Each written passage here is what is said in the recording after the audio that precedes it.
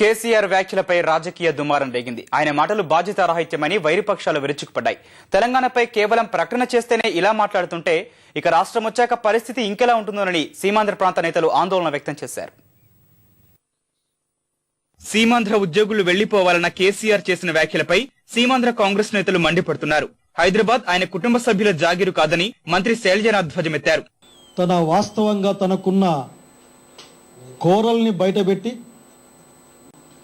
తన అసలు ముఖాన్ని నిన్న ప్రదర్శించిన కేసీఆర్ గారిని తెలియజేస్తా ఉన్నాం.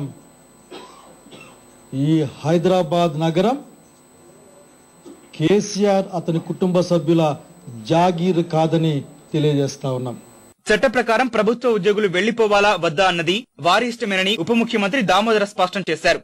ఉద్యోగులకు చట్టపరమైన రక్షణలుంటాయని మంత్రి జానారెడ్డి చెప్పగా రాష్ట్ర ఏర్పాటు ప్రక్రియ ఏ విధంగానైనా ఆగితే అది కేవలం కేసీఆర్ వల్లేనని మరో మంత్రి దానం ఆరోపించారు. ప్రభుత్వ ఉద్యోగస్తులకు ఆప్షన్ ఉంటుంది. వారికి ఆప్షన్ ఇచ్చే ధర్మము బాధ్యత ప్రభుత్వానిది. నిర్ణయ అధికారము ఆ ఉద్యోగస్తుంది. దానికి డిక్టేట్ చేసే అధికారము ఎవ్వరికీ లేదు ఈ దేశంలో. కాన్స్టిట్యూషన్ చట్ట ప్రకారం రిక్రూట్ అయినటువంటి వాళ్లకు పూర్తి రక్షణ, పూర్తి భద్రత ఉంటుందని నేను మనవి చేస్తున్నాను.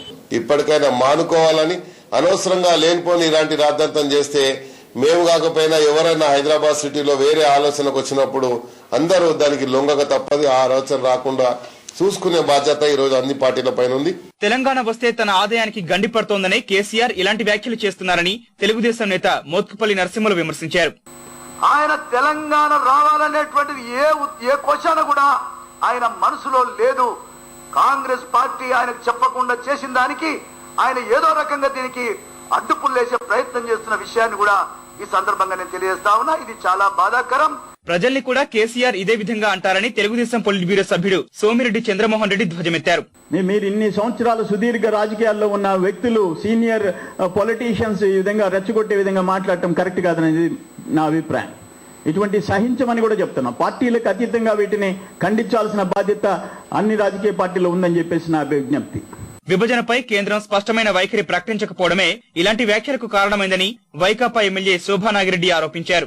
ఇలాంటి మాటలకు అవకాశం ఇచ్చింది కాంగ్రెస్ పార్టీ కాదా అని చెప్పి అడుగుతా ఉన్నాను. మీరు ముందే స్పష్టమైనటువంటి విధానాలతో ముందుకొచ్చింటే ఈ రోజు ఇలాంటి మాటలు ఇంకొకరు మాట్లాడే అవకాశము ఉండేది కాదు కదా అని చెప్పి అడుగుతా ఉన్నాం.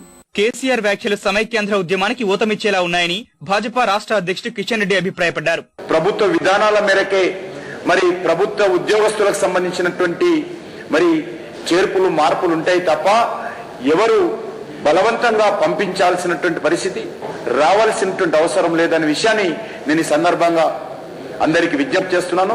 కేసీఆర్ వ్యాఖ్యలపై కాంగ్రెస్ సీనియర్ నేత వి హనుమంతరావు, సిపిఎం రాష్ట్ర కార్యదర్శి రాఘవులు, తెలంగాణ ప్రజా సంఘాల ఐకాస అధ్యక్షుడు గజ్జెల కాంతం తదితరులు అభ్యంతరం వ్యక్తం చేశారు.